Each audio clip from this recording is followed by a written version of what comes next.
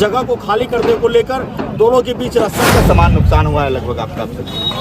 10 से 15 जो यहाँ पे थाना भवन का निर्माण हो रहा था, उनके 4 दीवारी का काम बंद था। इस समय फॉरबिसगंज प्रखंड क्षेत्र के सिमराहा बाजार में हूँ। लगातार आपने देखा होगा फॉरबिसगंज क्षेत्र के विभिन्न जगहों पर आग की घटनाएं सामने आ रही है। पहले जोगबनी, फॉरबिसगंज और सिमराहा, आखिर कोई इसके पीछे साजिश है या फिर कोई ऐसी अनहोनी जो फॉरबिसगंज के तमाम जगहों पर देखी जा रही है। देखिए अभी जिस जगह पर हैं, जो क्षति हुआ है उसका आंकड़ा नहीं लगाया जा सकता कि कितना नुकसान हुआ है, कितने लोगों का नुकसान हुआ है, कितने लाखों का नुकसान हुआ है, ये नहीं आंकड़ा लगाया जा सकता। लेकिन सैकड़ों चेहरे मायूस है। अविनाश जी हमारे साथ। अविनाश जी, लगातार क्षेत्र में घटनाएं हो रही है।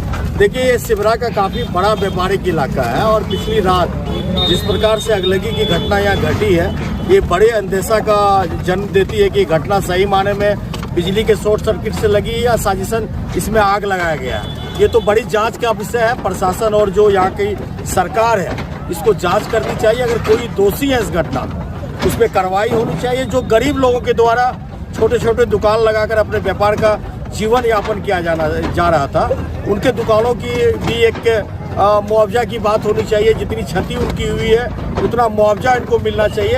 अमूमन 2 दर्जन से अधिक घर यहाँ जले हैं और लगभग करोड़ों रुपए की राशि की क्षति हुई है। और एक वृद्ध व्यक्ति था जो घर में सोए हुए थे, उनकी जलकर मौत हो गई। ये तो बड़ी दुखद घटना है और एक तरह से मानवीय आत्मा को झकझोर करने वाली घटना है। और सिमरा बाजार के इस प्रकार के व्यापारिक क्षेत्र में अगलगी की घटना का होना और प्रशासन के द्वारा दमकल को समय पे नहीं पहुंचाया जाना और उनके द्वारा आग बुझाने का प्रयास नहीं किया जाना एक बड़े साजिश को जन्म देता है। तो ये जांच का विषय है, इस पे जांच होनी चाहिए। अच्छा, एक बात और सामने आ रहा है, क्योंकि यहाँ पर अब नए थाना भवन का निर्माण होना है। प्रशासन की तरफ से बार बार इन लोगों को अल्टीमेटम दिया जा रहा था, क्या लोग उस तरफ भी देखिए, स्थानीय लोगों से जो हमारी मुलाकात और बात हुई तो लोगों ने बताया कि प्रशासन के द्वारा जो अतिक्रमण यहाँ के स्थानीय लोगों के द्वारा दुकान बनाकर किया गया था, उसे हटाने के लिए कहा गया था।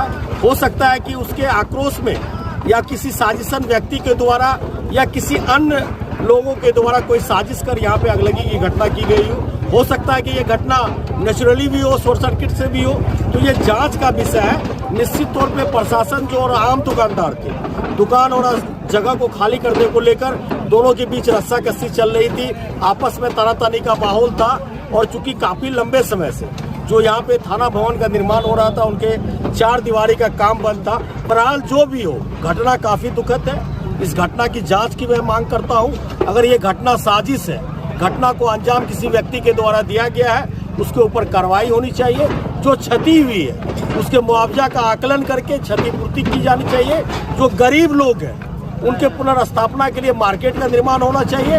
क्योंकि सिमरा शहर फॉरबिसगंज शहर के बाद एक बड़ा शहर है, यहाँ दमकल की व्यवस्था नहीं है। तो फायर ब्रिगेड के सब स्टेशन की भी मांग मैं यहाँ करता हूँ। चूँकि ये इलाका जो है सिमरा से लगभग 15 से 20 पंचायत जुड़ा हुआ है और अगलगी की घटना प्राय यहाँ होती रहती है। तो एक दमकल सब स्टेशन की भी यहाँ पे स्थापना होनी चाहिए। और जो क्षति हुई है गरीब लोगों का, छोटे दुकानदारों का, जो अपने जमीन और घरों को बेचकर यहाँ पे दुकान चलाकर व्यापार करते थे, उनकी मुआवजा की मैं मांग करता हूँ। उन्हें 100% मुआवजा सरकार को देनी चाहिए। ये थे हमारे साथ अविनाश भंडार थे, जिनका यहाँ पर दुकान है। उन लोगों से बात करेंगे। देखिए, मैं कहूँगा थोड़ा सा सहयोगी दिखाइए कि अब कुछ भी नहीं बचा, क्योंकि वो जो जीवन यापन करने का जो भी सारा चीज था वो चल चुका है। लोग अब इसमें तलाश कर रहे हैं कि कुछ बचा हुआ, क्योंकि ये एक बाइक का दुकान बताया जा रहा है। बाइक के दुकान में बहुत सारे लोहे के सामान होते हैं। अब वो क्या इसमें क्या नाम हुआ?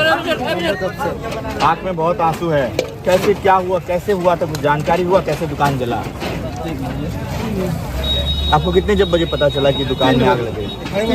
3 बजे पता चला। कितने का सामान नुकसान हुआ है लगभग आपका अब तक? 10 से 15 लाख। 10 से 15 लाख रुपए का सामान आपका जलता रहा। देखिए, कैमरों पे हर कुछ दिखता है, आंख के वो आंसू दिख रहे हैं, क्योंकि अरमान था इससे कि यहाँ से ही उनका पूरा परिवार चलेगा। और अभी अरमान टूट चुका है। प्रशासन कितना मुआवजा देगी ये तो बात की बात है, लेकिन अभी जो लोग मायूस हैं, जो लोग अपने सपनों को अब जलते हुए देख चुके हैं, उस राख में अब जो बचा हुआ लोहा है उसको ढूंढने का प्रयास कर रहे हैं। क्या कहे। और यहाँ पर एक व्यक्ति की जलकर मौत भी हुई। हम लोग इतना यहाँ परेशान है, फोन पर फोन मैं कहूँगा कि सहयोगी से दिखाइए क्या स्थिति है। जला था। देखिए ये सारा सामान जलकर अब राख हो चुका है।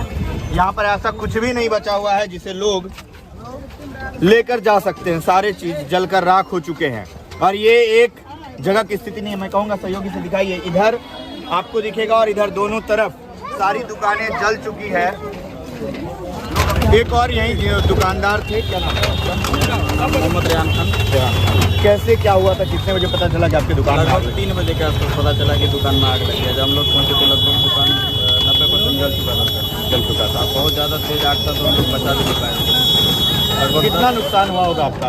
लगभग 2 दुकान था। एक मेरा भाई का था, पार्ट का दुकान जो पीछे है। एक अफसर भाई का था। हमारा लगभग 8 से 10 बाइक जल चुका है। 8 से 10 बाइक आपका जल चुका है। लगभग 15 से 20 लाख रुपए का नुकसान है।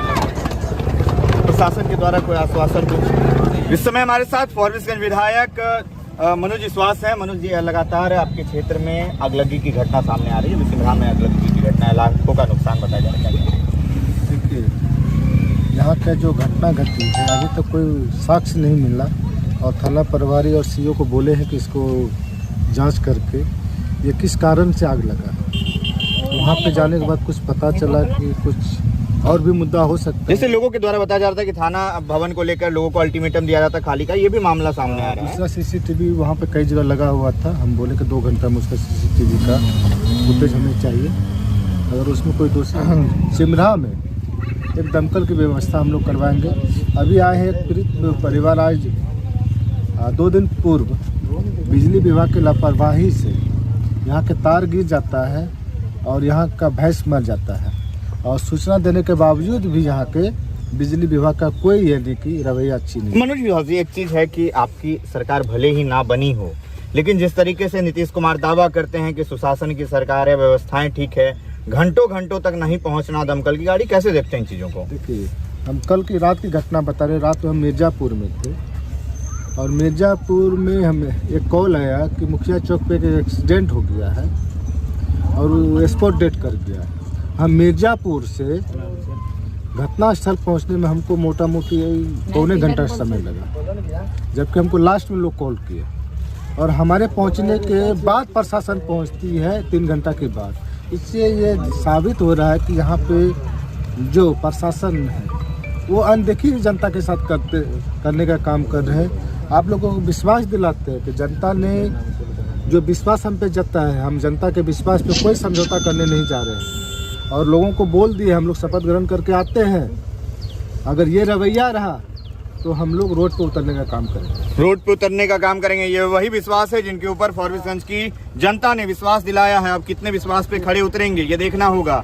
बाकी हमारे साथ खबरों में बने रहिए और देखते रहिए पब्लिक न्यूज़ 24 बिहार।